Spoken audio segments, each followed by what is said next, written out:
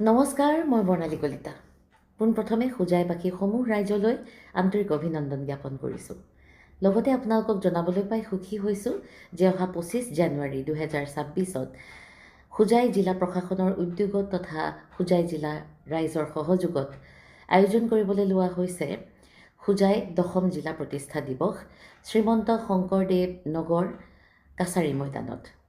উক্ত দিনাখনি বিভিন্ন জাতি জনগোষ্ঠী সংস্কৃতিৰে এখন বৰ্ণাঢ্য শোভাযাত্ৰা তথা সাংস্কৃতিক অনুষ্ঠানৰ আয়োজন কৰা হৈছে।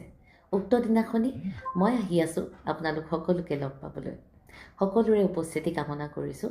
বিনম্ৰ অনুৰোধ জনাইছোঁ আপোনালোক সকলোৱে আহি এখন দেখা দিব বুলি, আৰু লগতে সাংস্কৃতিক অনুষ্ঠান তথা বৰ্ণাঢ্য শোভাযাত্ৰাত আপোনালোকেও অংশগ্ৰহণ কৰিব বুলি আশা ৰাখিছোঁ।